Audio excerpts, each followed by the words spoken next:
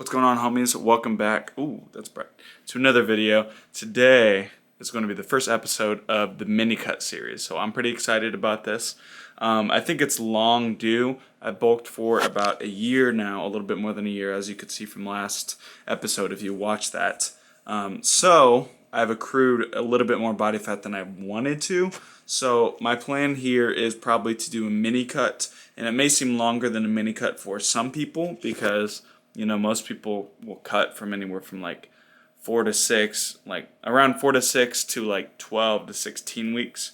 Whereas I am doing a full-on maybe 4 week mini cut, and most people would only do a mini cut for like a week or two or something. But I really want to take off a good few pounds of fat just because it's harder to see the muscle definition that I, desire to see, so I can know, what parts are lacking in my body or not. So since I've been bulking for a year, like I said, I've accrued more body fat than I needed, and now in order to see what muscles have properly developed, like especially like my chest and my triceps, those are the areas I store a lot of fat. So it's kind of hard to tell how much progress I've made in those areas when those are already my weakest points. So I'm hoping to, shave off a few pounds of fat and be able to just see better overall muscle definition because of it, and be able to see, what I'm working with a little bit better, how much progress I've made, so that I can get an idea of how to, make my training around my progress. But anyways, that's going to be my mindset for the rest of the mini cuts. But for today, we're going to be hitting a leg day. This is going to be the leg day for this program. I know y'all haven't seen that, so I'm excited for y'all to get to see it. But we got the leg day, and also I'm going to be showing y'all a full day of my eating since, why not? Since I'm doing a mini cut series, I figure how much calories I'm showing you that I'm going to eat for the whole day. And I'm meal prepping today, so y'all will get to see a little bit of that as well. I'm trying out one, maybe two new recipes, but I still got to go to the store and go get my groceries, so we're about to do that. But your boy got some dishes to do. All right, so you might be asking, Salvador, why aren't you going to eat first? Aren't you hungry? You woke up a few hours ago and you haven't ate breakfast yet. You still got to go get your groceries to even get your breakfast. Why don't you do that first? Well, that's a great question. Thank you for asking. So my mindset behind doing these unfortunate dishes right here is because it's what I want to do least. I hate doing dishes. It's just not fun for me. I don't like having to set aside time to do them, but it's best to do, in my opinion, what you don't want to do least in the day, right when you wake up or right after. Dude, that angle almost made me look like I had a receding hairline for a minute. I swear I don't. But it's good to do what you don't want to do first in your day, because that's when you're going to typically have the most energy, although you could argue, oh, I have so little energy when I first wake up. It takes me a few hours. That's not exactly what I mean, but as you go throughout your day, your energy levels are going to slowly diminish because you're expending energy, and doing what you don't want to first when you're at the beginning of your day is going to increase the likelihood that, it's going to be certain that you get what you don't want to done. Whereas if you wait till later when your energy is lower, there's a very good chance that you're not going to want to do it later because you already don't want to do it in the first place. But when you have less energy, you're even more likely to not want to do it. So I don't want to do these, but I know that if I sit and let them pile up throughout the day even more, and more people put dishes in there, then I'm just going to end up wanting to do them even less because there's even more dishes. So it's better to do them when there's as little as possible for the current time and as early as possible. So I'm going to get these done, and then we'll head to the store.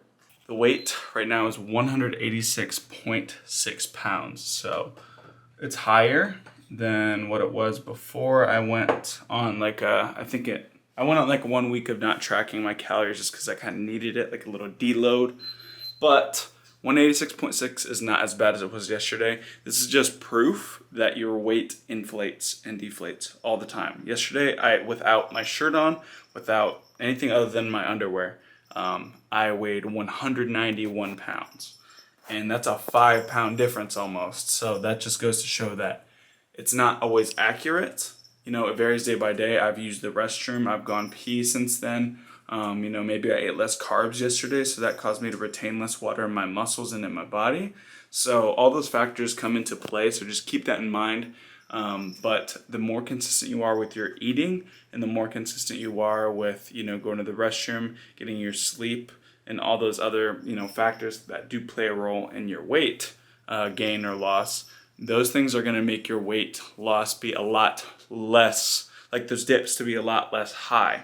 But if you're eating whatever, and then some days you're, eating really on track for like a few days, but you're eating like, a lot of carbs or fiber, one or the other could cause you to use the restroom more, which causes your weight to be more accurate. And then the carbs could cause you to gain more weight or hold more water weight, which would make your weight what it seems to be inaccurate. So just keep those things in mind, that those weights fluctuate, but the more consistent you are, rather than having these really high dips and spikes, those little dips and spikes in weight gain are probably going to be less extreme, as long as you're staying consistent with what you're eating and how much water you're consuming and things like that. But now we got to go to the store. So I guess let's just go get those groceries. Hey. What are you doing? Monkey is bowling right now. Oh shoot. Are we about to witness a cat fight? Hold up. Cat fight in the making. Dolly.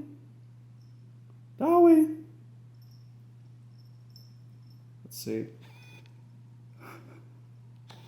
Dolly. No? Alright. Alright, so now that we're on the way to the store, let's get on to the topic of weight loss and, meal prepping and stuff like that. One of the things that I was thinking about while I was doing the dishes, and this applies to more than just, cutting and bulking and, bodybuilding, all that jazz. This applies to real life as well. But when you want some kind of outcome, whether that be, weight loss, weight gain, or like, other examples like getting good grades or something like that, you need to think of things in the format of an equation, right? Because in my opinion, how things work is that it's some variable times some variable or other amounts of variables equals the net outcome. So if you know anything about math, basic math, I believe, is what you learn this in. But when something changes on one side of the equation, it typically has to change on the other, right? So when it comes to weight loss or weight gain, my example is you need to think of things in the sense of an equation if you really want that result to change. So say your current example would be, I am at a weight more than I want to be, or a body fat percentage higher than I want to be. Therefore, I want to lower that. So that would be changing the right side of the equation, that equals this. When you change that, what you want, which is, the end goal, the thing that you want, you have to change something on the other side of the equation. That's just how it works. You can't expect change to happen unless you change something. That might sound like a very typical motivational speech type thing, but that's just facts. Like, if I want to gain weight, I have to change something on the other side of the equation, which would be my eating and or how much calories I'm burning. If I'm running around all the time and I'm always constantly burning calories, then how can I expect myself to change my weight if I'm not eating more? The same thing applies with weight loss and every other thing. So my example right now would be, for myself, if I want to achieve, I'm at a bulk, so, caloric surplus times minimal energy output equals weight gain, right? So that was my current equation, or that was my equation for the bulk. Don't burn too many calories, eat more food, that way you can be in a calorie surplus. And that, ended up in resulting weight gain, which is good. That's what I wanted. But now, my end goal and what I want changed. What I desire to be the outcome has changed. Therefore, the other two things have to change, or at least one of the other things. Because what you change on one side of the equation means or when you change something on one side of an equation, you have to change it on the other. So if my new goal outcome is weight loss, I have to either change one or the other or both. So I'm choosing to not only change how many calories I'm eating, so I'm lowering the amount of calorie intake that I have. I am also changing how many calories I'm burning. I am going on more frequent walks, and I'm doing cardio every single session. And then on my one off day, I'm probably going to be doing cardio as well. So that will result in my net outcome change. And obviously, depending on how much those variables have changed, because they change day by day. Some days I might eat a little bit more. Some days I might burn a little bit less. Some days I might burn a little bit more. Whatever, the end result is going to change slightly. But in general, if you want that outcome or end result, not just in bodybuilding or working out, but in the rest of your life, you need to change something. Think about if that the only thing that you can change about without changing one thing, or the only thing that you can change on one side of the equation when you don't have to change something on the other is if say that a false equation is going to be when something times something doesn't equal something. So if my goal is to gain muscle, but I sit on the couch and watch TV and eat junk food, obviously that's a false equation. That's not going to equal my end result. So the only thing that, if I didn't want to change two of the variables, the only thing that I can change is the result, or what I want out of it, because that's the only way to make it a true equation of what is reflecting in reality. I would just have to change my goal to be living in a sedentary lifestyle, gaining fat, and just not being active, which if that's what I want in life, that's okay. But don't kid yourself by trying to have some kind of unrealistic goal when you're not willing to change the variables, But that's just kind of my take on how to approach achieving a goal, especially when it comes to weight loss, because it can be that simple. There's all these kinds of variables that affect the outcome, but it's only as complicated as you make it sometimes. There's going to be cases where there's so many factors it's really hard to control certain things. Like if you have a ton of specific health conditions that legitimately, prevent you from being able to eat a certain way in order to achieve a certain goal outcome, that's going to be times where you have a legitimate reason for not being able to achieve something. But for the most part, or it's also a good reason for things being too complicated. But majority of the time, people just don't want to gain or lose weight as much as they say they do. They want something to complain about. I hear so many people saying, "Oh, I want to gain weight. It's just so hard for me. I just burn so many calories. High metabolism." Bro, I used to say that. I used to have a super high metabolism, and now look at me. I literally, my senior year in high school, at the beginning of the year, I probably weighed 120 to 125 pounds. I am now at 186.6 pounds.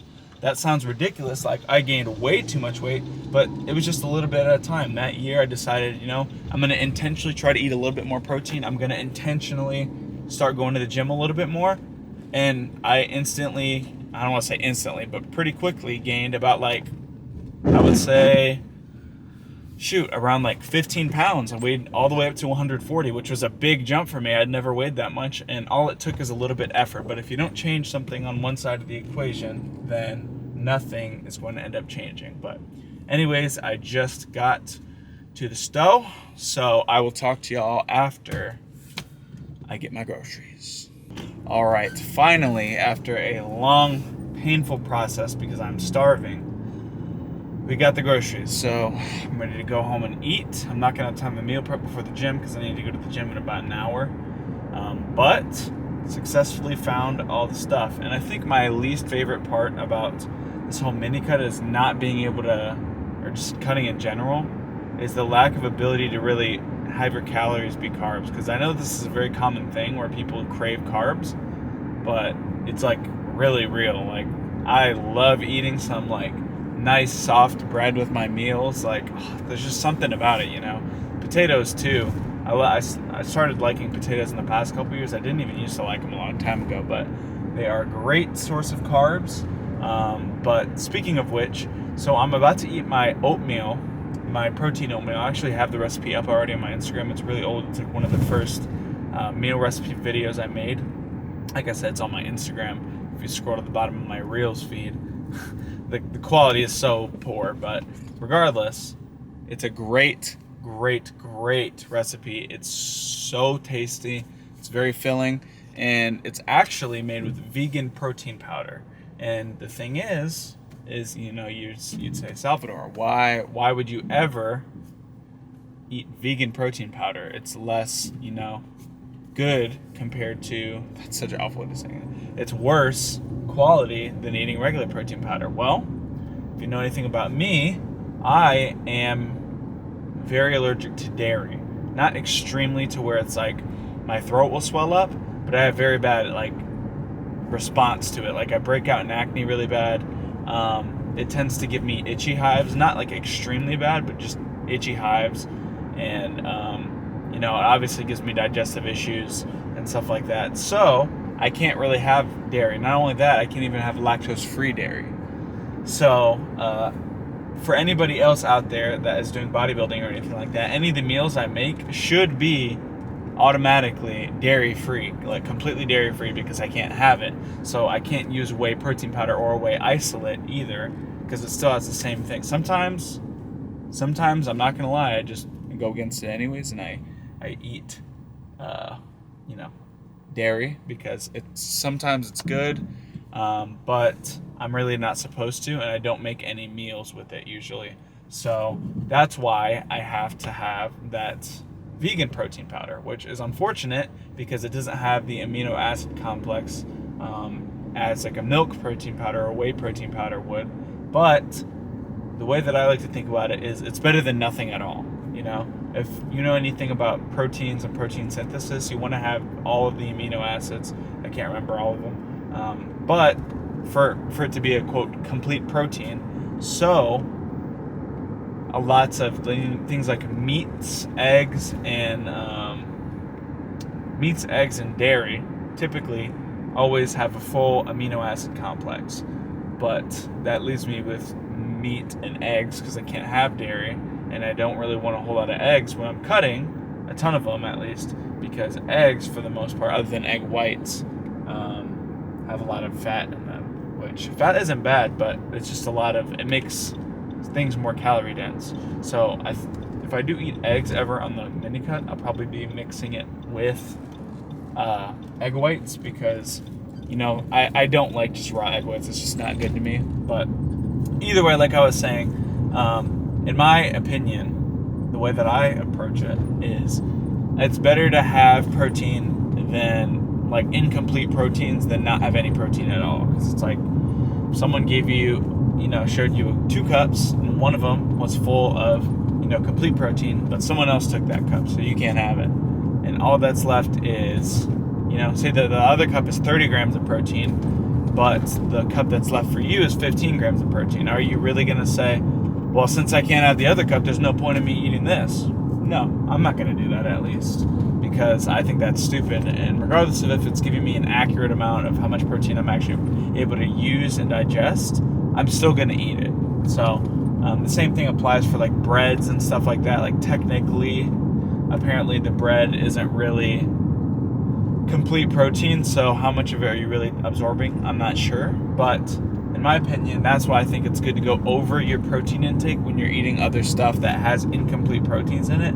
Like if I eat 5 cups of rice a day, I don't know how much protein is in rice, but it's not that much. But there's still some. But 5 cups of rice a day worth of protein, you're probably not going to be using all of that protein as compared to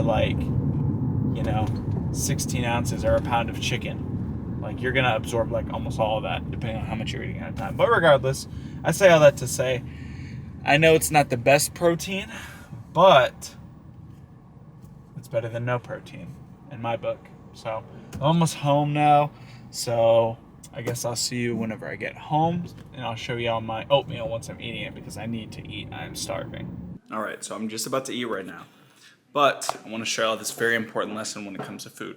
So it's important to pay attention to the label very closely because it's very easy and very misleading to eat more than you expect, especially when you're trying to lose weight. So here's my example. So if you look at this, it says half a cup is 1 serving, and it's 150 calories, right? Okay. So that would mean 2 is going to be 300 calories, right? So I'm going to get us 1 cup worth of oats. So this is a full cup worth, right? So according to this, if I weigh out 1 full cup of oats, it should weigh out to 80 grams, right? Because 40 grams is half a cup, so times 2 is 80.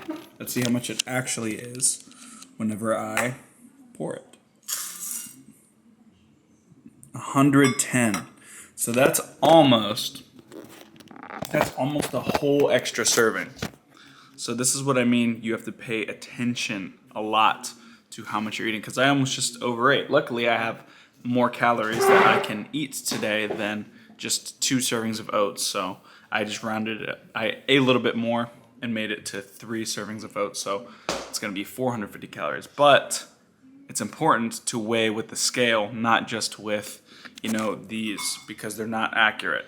So you need to make sure that if you are really serious about trying to lose weight and track your calories properly, that when you're gaining weight too, but you don't just want to rely on these. You really want to use the scale as much as you can to, figure out how much food you're eating, especially when it comes to sauces and stuff. Like usually people get and it's even worse when you use like these for teaspoons and tablespoons for tablespoons. You want to weigh with the scale. That's how you're going to get it accurately.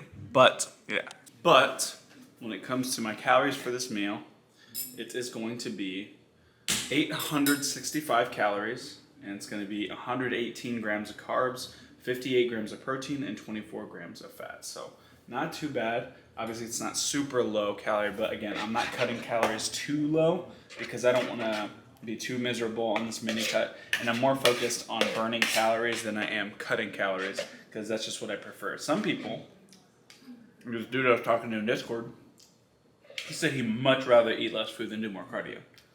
But ain't no way that I'm gonna eat less than what I need to. In my opinion, I love eating, and I don't like the feeling of being on an empty stomach. I can deal more with the discomfort of doing more cardio more than I want to deal with the discomfort of being hungry and not being able to eat more food. So that's just my thoughts on it. But so far we're at 865 calories for the day. So we got a lot left. I got about 16 to 1900 calories left, somewhere around there. So it's pretty good. All right, so now what the plan is I got to get a little bit of mental energy up, because I'm not gonna lie, I'm a little bit tired. I don't know. That might be a psychological thing, because my brain expects to be more tired because of the fact that I'm in a calorie deficit. So don't let that control you, because placebo effects, even though it may be slightly true, can be a very real thing. But regardless, gotta get my A game on with my brain energy expenditure, if you want to call it that. But got to do that so I can get some of this chicken meal prepped. I'm making chicken shawarma.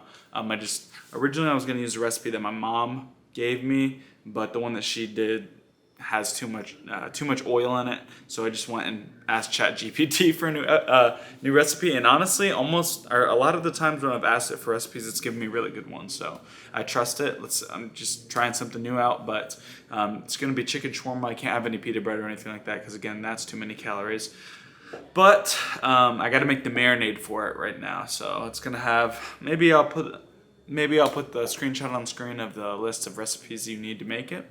Maybe. We'll see if I'm not too lazy. But I got to make that marinade so the chicken can sit in it for a while I'm at the gym. But I got to try and do that quick, because my girlfriend's probably almost home. And she's actually going to be picking me up from the gym today for the gym, because my mom is using the vehicle right now. So I don't have it. But either way, let's get to cooking this, and y'all can see what I'm working with here. All right, so we got all the meat marinating, as you can see right here. Got it all cut up and put into bags. This is what looks a little bit lighter on the camera, but it's a little bit darker in real life. But either way, that's what the chicken shawarma is gonna look like when it's marinating. But now I'm gonna start getting ready for the gym. It's a lot later than expected, about 2 hours later than expected, but that's all right. It gave me a little bit of time so that I could get my chicken all cut up and stuff like that, and I'm probably gonna cook that up when I get home, as well as my burgers. I'm not sure yet if I'm gonna cook the burgers as meal prep, like by the day. I might even just make my one for today, whenever I get home, or later tonight. A singular serving of my burgers, and then just meal prep the rest of them tomorrow or something like that, because I don't have work tomorrow either, so I got a little bit extra time to do that. But gonna start getting ready for the gym now. Hit the sick leg day. All right, so we're about to leave for the gym. This is my pre-workout snack. I already ate one. I'm bringing one just in case I need the extra energy when I'm at the gym. I don't think I will, but I'm bringing it just in case, because I might, because I do have the calories for it. But if I am correct, the amount of calories in this are, let me see here. Okay, it's gonna be 100 calories, 18 grams of carbs, 3 grams of fat, and not even a full gram of protein. So it's basically just pre-workout carbs. It's a little bit less than a whole serving of what would be my pre-workout cereal, which I normally eat. I'm not sure if all of it is fast digesting carbs. There might be some slow digesting carbs in that. I'd have to look a little bit more into it, but I really don't care that much. It's just pre-workout carbs. It tastes good. It's a good snack, and I'm cutting, so it's extra tasty today. But right now for the pre-workout, we got about 3/4 of a scoop of pre-extreme. So pre-extreme is about 300 or 400 milligrams caffeine per scoop, because I'm a little bit tired, low on energy today. I didn't want to do a full scoop because I don't think I need 400 milligrams of caffeine, but still, 300 milligrams is still a lot of caffeine, don't get me wrong. But either way, got the pre-extreme, got a scoop of the glycerol powder, also from Raw Nutrition. Get Raw Nutrition, by the way, use code MONKEY. But got that. And then also my flavored creatine in there from EcoVision. A lot of people probably don't like mixing flavors of stuff unless it's like the same flavor, so it's all uniform. But personally, I enjoy doing it to experiment what tastes good together. Although the main purpose of me doing it is just because to get good use out of it, but experimenting with the flavors is cool. Although adding like 5 different things together that all have flavor together is a bit much, because then it's just super sweet, and you have to offset it by putting a ton of extra water, which is just, then you got to chuck a bunch of water, and that's not fun either. So you want to limit how much of the super sweet stuff that you put, or like pre-workout related powders that you mix together, because you don't want it to be too sweet. But as for the workout, sorry if it's a little bit dark, but as for the workout today, we got legs. We're focusing on hamstrings, and the way that we're going to focus on these is putting them first in the program. So the earlier, I talked about this in my other videos, but the sooner that you put a workout and perform it in your actual workout, the sooner you perform an exercise in relation to your workout, the better muscle stimulation you're going to get, because your central nervous system is fresh,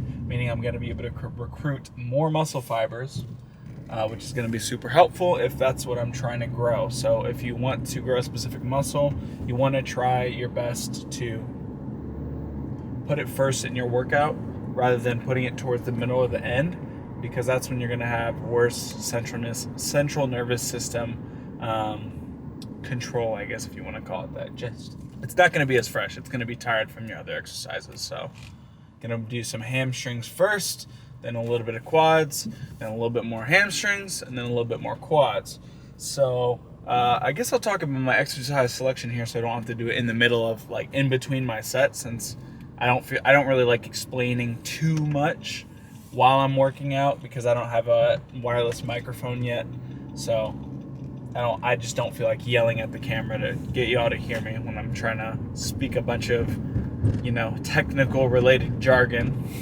But so for the first movement, I'm going to keep one of these exercises a secret surprise. It's a little special Salvador surprise for y'all.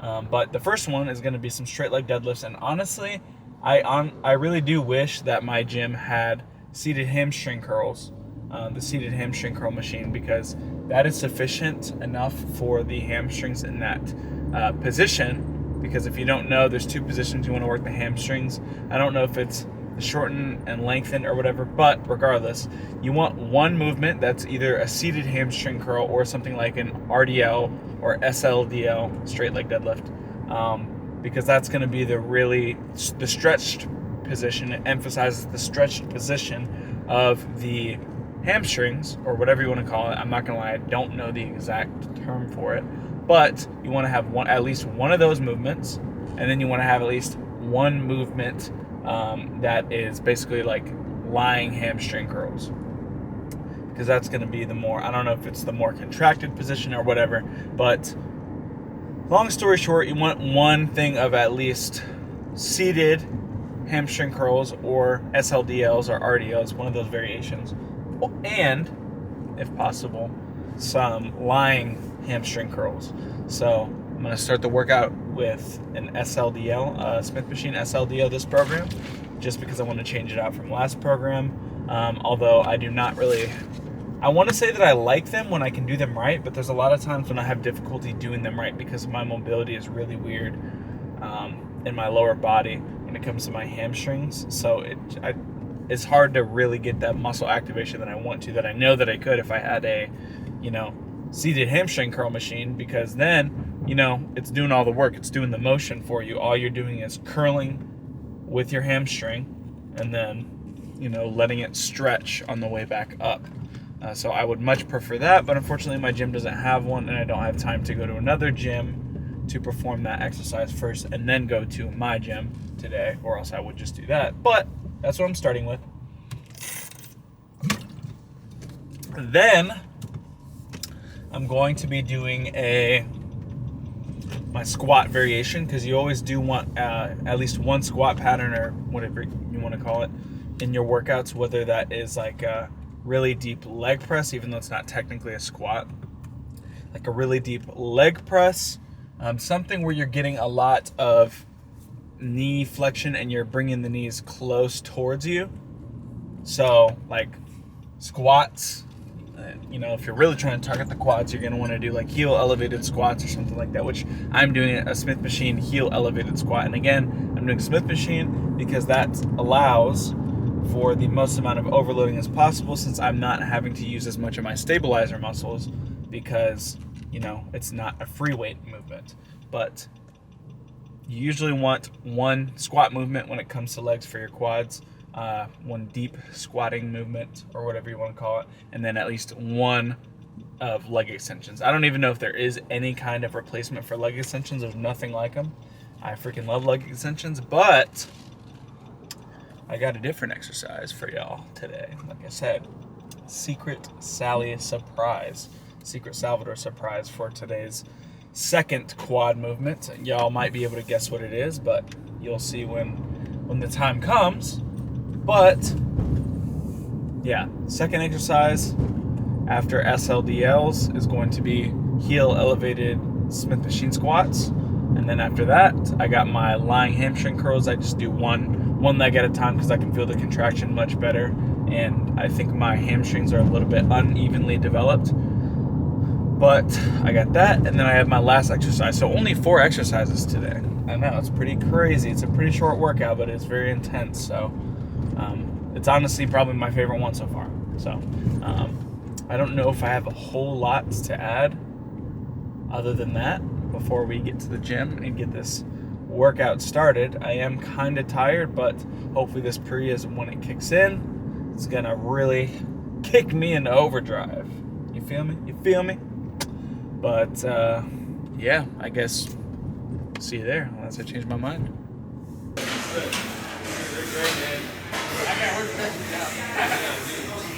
I never believed the hype until I actually got I use it for just like knee movements. Yeah, cool. Let me know. And everything else I try to use like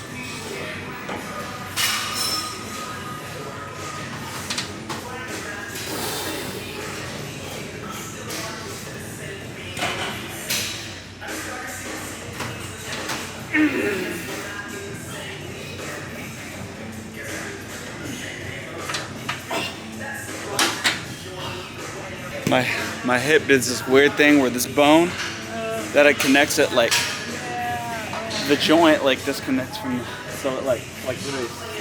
All right, so that set was really good, surprisingly, because last week I tried to record this video actually last week, which I'm glad I didn't because I was underslept. I didn't feel good the whole workout, and I almost threw a little freaking temper tantrum because I couldn't do these right. But this time they felt actually really good. I could feel the good stretch on the way down and all that good jazz, so that was good. I got 2 more sets to do to failure, but nothing special here, same thing.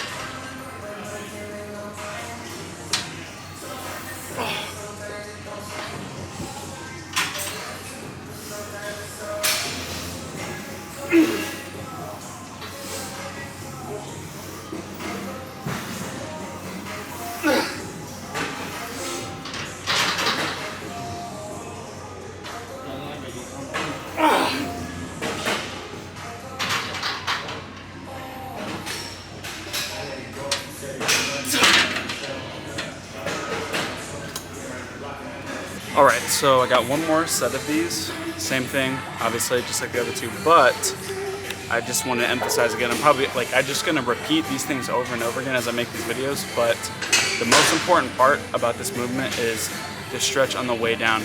If, you know, a muscle is connecting to 2 bones or 2, I don't know, joints, whatever, if this is the bone and the muscle connects from here to here, when you pull either of those sides left or right, it's stretching the muscle. So the same thing applies. The hamstring attaches to the, is it like the knee and the pelvis or whatever, but it attaches at 2 points. So as your hips move backwards and your knees stay in the same place, it stretches your hamstrings. So you need to intentionally kind of focus on minimalizing how much your knees are moving in this movement and pushing your hips back on purpose so that you're getting the most adequate stretch as possible for the movement, because this focuses on the stretch of the hamstrings, not like the contraction, because it's different from the hamstring curl where you're bringing your legs closer to your butt or whatever. This one, you know, you're focusing on pushing your hips back, allowing the hamstrings to stretch, and then pushing through the hips to get yourself back up. So really focus on that in order for this movement to really be good. But we got 1 more set of these.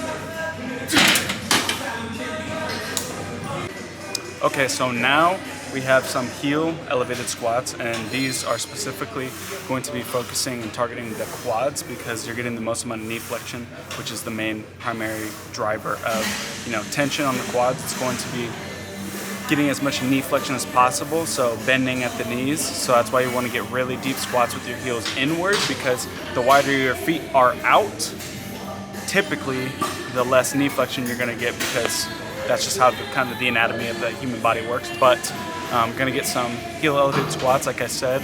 They're going to be a little extra elevated because I got my platform type shoes on, whatever you want to call them. But I'm going to do 3 sets of these to failure. So these are going to be pretty difficult.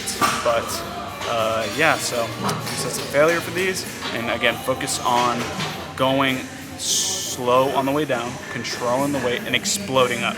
So you can get a really good stretch on the quads as you're going down and explode up.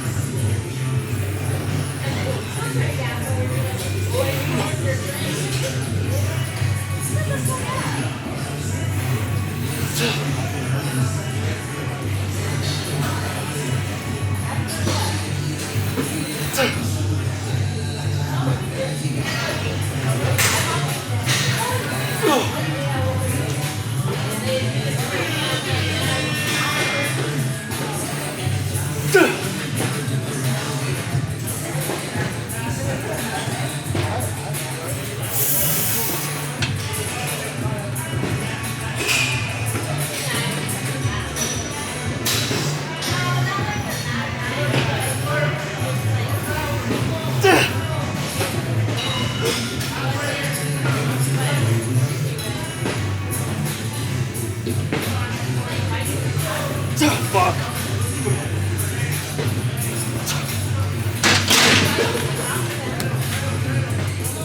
This is your daily reminder that if you're a person at all, drink your water. Just a reminder, drink your water. Especially if you are taking creatine, make sure that you're drinking water. Don't forget, because it's not going to get its usefulness if you're not drinking enough. If you're dehydrated, it's going to make things worse. You're going to be wasting money. You're not going to be getting your use out of it. You're missing out on gains. So make sure you're drinking your water and staying hydrated. You should be going pee at least once or twice in your workout as well. It's a good rule of thumb for me. If you're not even going pee once your entire workout, and if it's an hour or more, I feel like you're probably not drinking enough water, because that's ridiculous. You're excreting lots of water throughout your workout, so you should be hydrating constantly, drinking at least 8 to 16 ounces of water in the entirety of your workout. But got one more set. Let's go.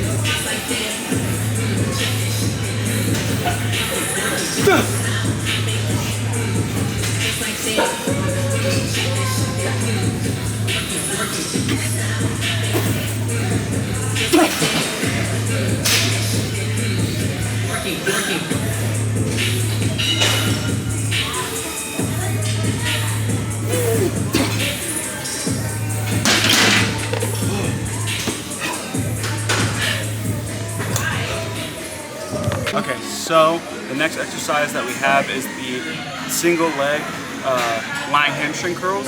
So for those, like I already mentioned, you're just going to really focus on exploding on the way up when you curl the weight and controlling on the way down, so you're still getting some kind of good stretch, because that's where you're going to get a majority of the gains. So I don't know if I'm going to be able to record over this, that's why I'm explaining it over here, because it's really tight over there. But I'm going to do 2 sets of failure on each leg over there, and that's pretty much it. Go.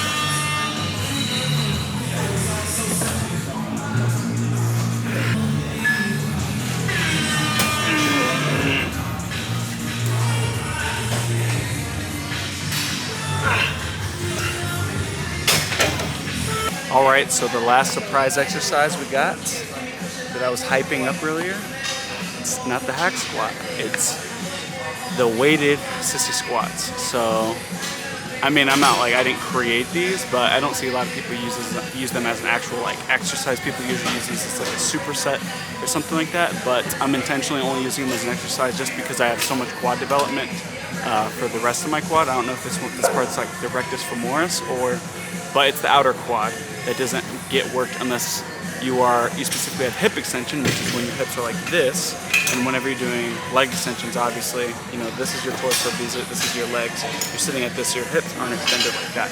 So for this one, sissy squat, we're overloading it with weight so that it's even more effective than a weighted or weightless sissy squat.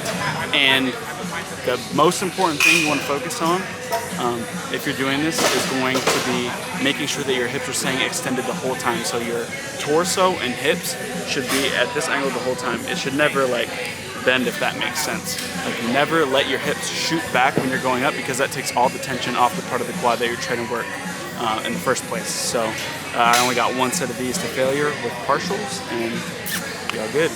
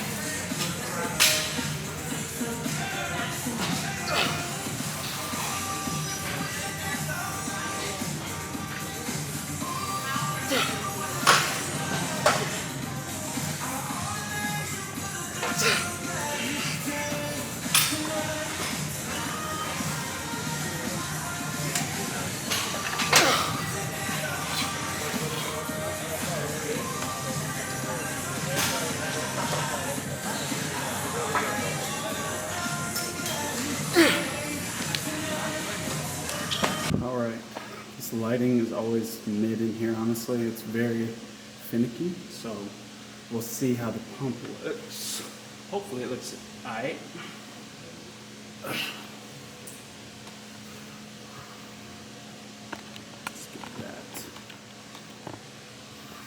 I'm just lighting down a little bit.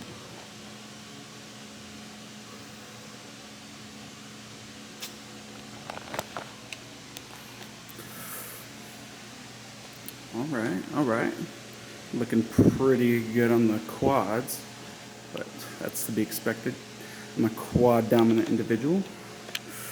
Let's see. Let's get one of these.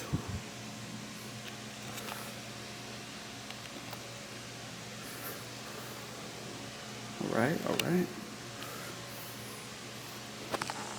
And obviously you can see that part of the outer quad right there, it sticks out.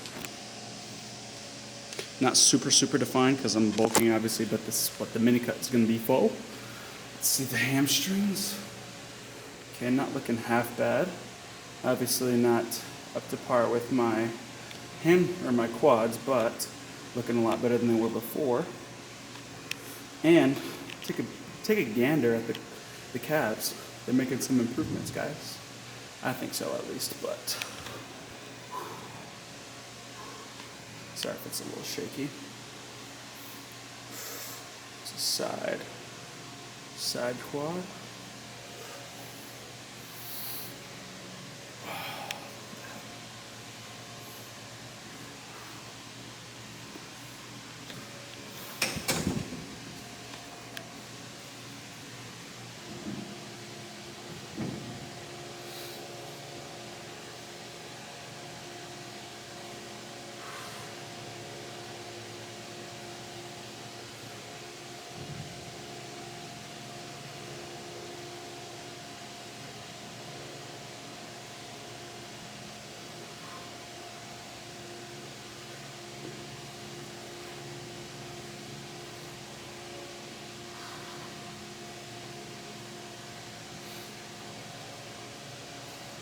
And now,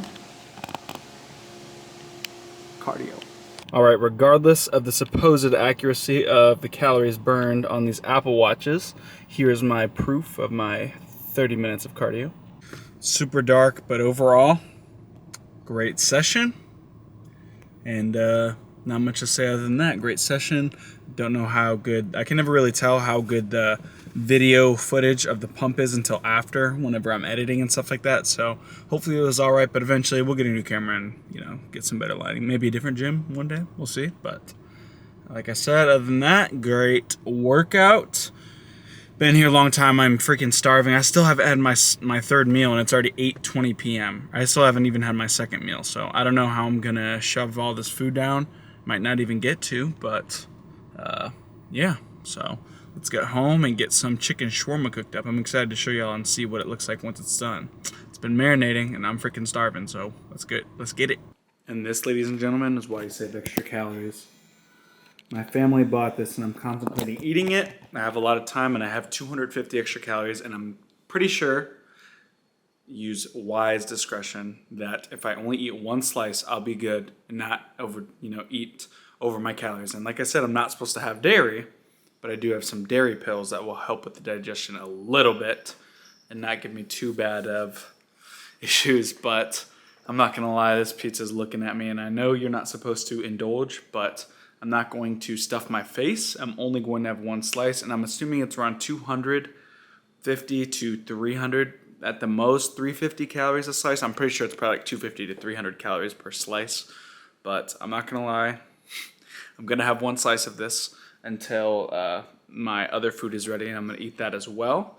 But I'm still gonna track everything else, and I don't know how much exactly fat, protein, and carbs in terms of ratio for this, but the most important part is that I'm hitting my total amount of protein for the day and calories for the day, and I'm pretty sure I can assume that this is around 250 to 300, and even if it's less than that, it's better than I'm overshooting.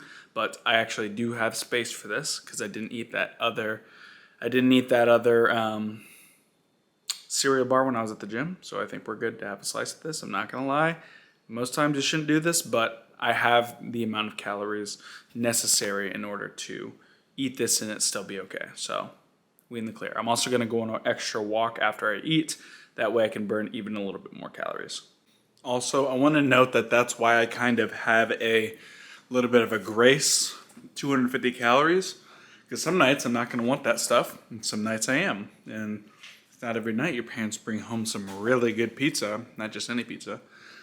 But you don't want to do that every night, but I literally have calories set aside so that I still don't go over my allowance, so that I can still be losing weight adequately.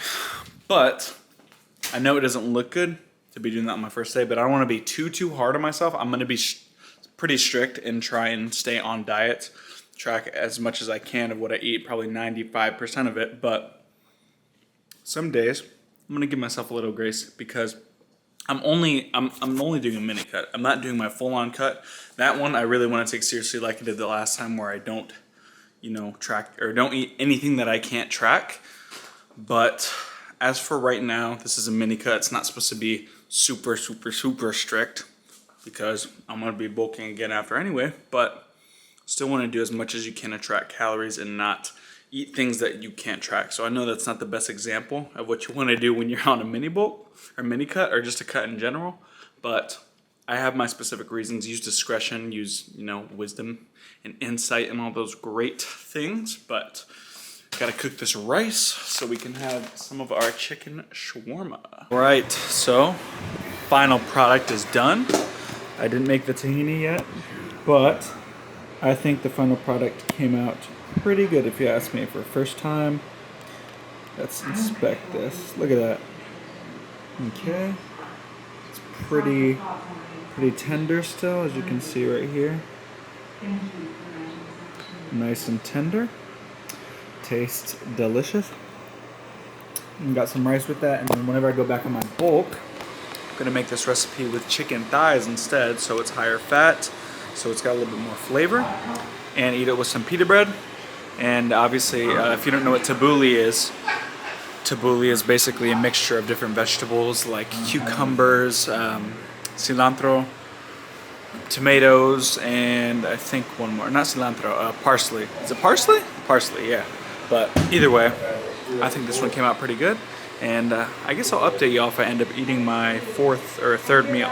All right, so it's the next morning. I didn't end up eating my burger because I really didn't want to go over my calories, and it was really late, and I didn't want to eat another like 70 something grams of protein at like midnight and just go to bed really bloated and wake up in the morning not feeling good and not get as good sleep, because I personally don't sleep as good whenever I'm really, really bloated.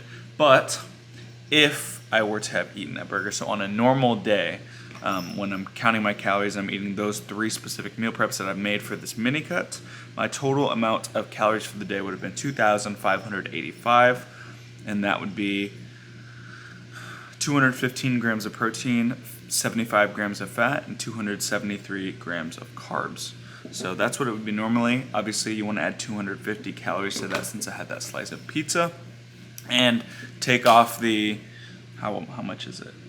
769 calories of my burger because I didn't even end up eating that. So either way, I ended up being under, a little bit too much under, because I didn't even end up getting enough protein. You want to make sure you're not doing that, and that's why it's important to wake up early and still make sure that you're timing your meals. One thing I definitely could have done better, which I'm going to start doing, which I'm doing right now, is making sure that you are splitting your meals apart as much as possible if you can, like rather than eating just 3 big meals, which I normally do. From what's probably going to be smartest, that I'm satiated over a longer period of time rather than just really full at 3 big times, like really full for 3 meals, is to split each of those meals into 2 and just warm up half of it at a time, and then just eating, half servings of 3 meals for 6 times a day, because apparently, protein synthesis is occurring more frequently, meaning that's better for you for muscle growth. Which I haven't been doing for the past years, which I'm going to start trying to do. I don't like the thought of eating 6 different meals, but I'll try to split my 3 meals up into 2, but 2 meals each. But regardless, it will keep you satiated longer the more that you are able to split up, your protein intake and how much meals you're eating, because like I said, rather than being super full at once, eating a big breakfast, if you eat half of the breakfast at one time, you're going to be somewhat satiated. You're not going to be actively hungry, but you could eat more. And then once you get hungry again, you eat the rest of the half of breakfast. And then it's only like another, 2 hours, maybe 3 hours until you eat your next meal. And then you eat a half of another big meal, etc. But that's going to be my approach the rest of this mini cut. But anyways, that's going to be it for this video. You guys enjoyed. Be sure to check out the Discord. I don't know if it's on this side, because last time I pointed on this side, but I think it's on this side when I go into editing. But check out my new Discord if you want to join the community. We got Code Monkey up here. Use that at retaliationproject.com, as well as Get Raw Nutrition. And then we have my socials down here if you want to check those out. But again, hope you all homies had an amazing day and enjoyed the video. I'll see y'all next time. Adios.